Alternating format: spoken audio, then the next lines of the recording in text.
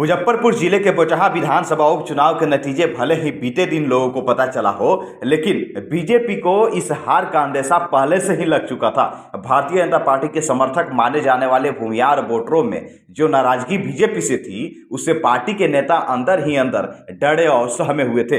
बोचहां में पार्टी की हार हुई है, उसके बाद प्रदेश अध्यक्ष डॉक्टर संजय जायसवाल ने यह कह दिया है कि पार्टी इस हार से सबक लेगी और देश को स्वीकार करते हुए हम हार की समीक्षा करेंगे।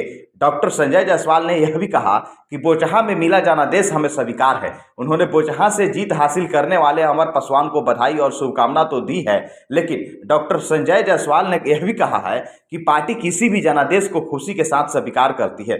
बोचहां में मिला लोगों को आदेश स्वीकार है। उन्होंने कहा कि जिन्होंने एनडीए के प्रत्याशी को समर्थन दिया, उनका विशेष आभार। उन्होंने यह भी कहा कि इस परिणाम से पार्टी परेशान नहीं है।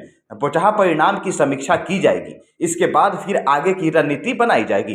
बीजेपी अध्यक्ष का मानना है कि हम अपनी बातों को बोचहां के मतदाताओं को सही ढंग से समझा नहीं पाए, इस कारण यह परिणाम आया। उन्होंने कहा कि भाजपा लगातार संघर्ष के बाद यहां पहुंची है, इसलिए संघर्ष से भाजपा पीछे कभी नहीं हटती। उन्होंने यह भी कहा कि इस परिणाम से सरकार पर कोई असर नहीं पड़ने वाला है।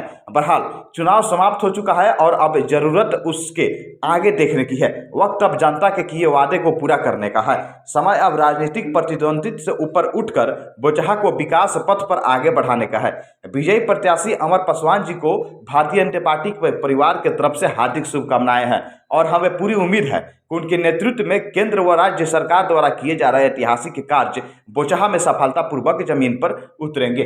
आपको बताते चले कि जिस तरीके से लगातार भारतीय जनता पार्टी की तरफ से लाख दावा किया जा रहा था कि बीजेपी बोचहां विधानसभा उपचुनाव में जीत हासिल करेगी, लेकिन यहां सीधे उसकी उलट हुई और काफी अंतर से राजद ने बीजेपी को पछाड़ते हुए राजद के जो उम्मीदवार थे अमर पासवान, उनकी जीत हासिल हुई है। लोगों का मानना है कि भूमिहार वोट बैंक बोचहां विधानसभा में एक बहुत बड़ा फैक्टर था, जो कि इस बार बीजेपी के साथ भूमिहार वोट बैंक नहीं जुट पाया और वो भूमिहार वोट बैंक तेजस्वी यादव साधने में सफलता पा लिए और तेजस्वी यादव की पार्टी राजद के साथ इस बार बोचहां विधानसभा के जितने भी भूमिहार वोटर हैं, उन्होंने खुलकर साथ देने का काम किया और नतीजा यह रहा कि बीजेपी वहां से हार गई और जो राजद के उम्मीदवार थे अमर पासवान, उनकी एक शानदार जीत हुई।